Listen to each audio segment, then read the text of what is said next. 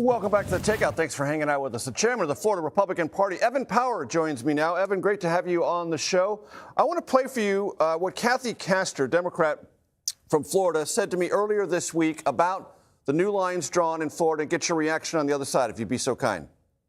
In our state constitution, not only are you disallowed from drawing a district based upon a political party or to favor an incumbent, but you do have to take in mind racial considerations. Districts are directed to be compact. The governor is way out here. He's really seeking the favor of the president. The scuttlebutt is he would like a job because his term comes to an end in November. Evan, your response. Well, the Supreme Court case that was decided yesterday says we don't have to draw for those racial considerations. That eliminates that constitutional amendment that we have in place. So what this map does is earlier last year, we took out a district in North Florida that was drawn for those racial considerations. Our Supreme Court upheld that. Now we're going to the rest of the state and cleaning up those districts, drawing fair districts. And when Floridians are getting a choice to choose who their representative is in a fair a fair district, they will elect more Republicans. You said recently that the state of Florida was shortchanged in the 2020 census. Just a bit of housekeeping, Evan. The Trump administration was still in power in 2020. They conducted the census. How did they shortchange Florida? It was the analysis that was done after the fact by the Biden administration. They admit they used some analytics that made some changes to those numbers. And at the end of the day, we got less representation and California and Illinois got a little bit more. And so we're shortchanged. If you look at where the population is, we're a growing place that needs more representation. And we were shortchanged by that census, and we're going to have to fix it in a couple of years when we get back to the next census. Evan, what effect will yesterday's Supreme Court ruling about Section 2 of the voting rights have in future redistricting in Florida?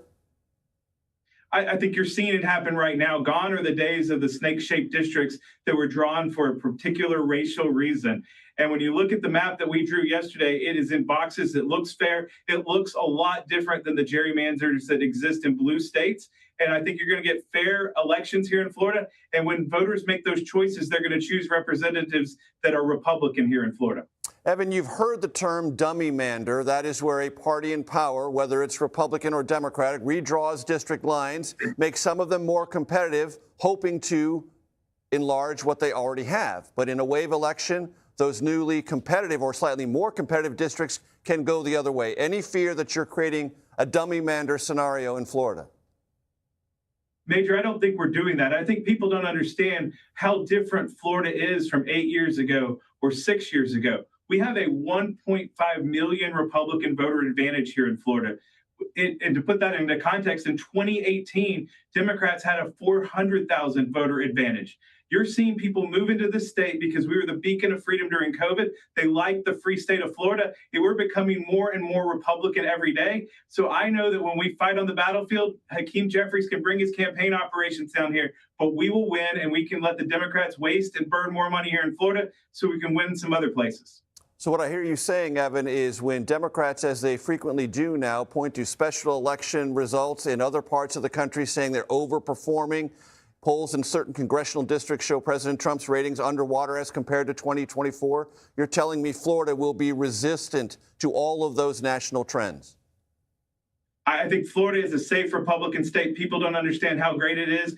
You know, we have special elections that are special. I don't read too much into them. 2 years ago, people were saying we were going to lose Florida because because of a special election. We won the state for President Trump by 13 points. The people here in Florida love President Trump. He's coming here tomorrow for that reason. And we're going to win elections here in Florida very big for Republicans. And we're going to be resisting any trend anywhere else in this country. Florida Republican Party State Chairman Evan Power. Evan, I appreciate the time. Thank you. Thank you, Major.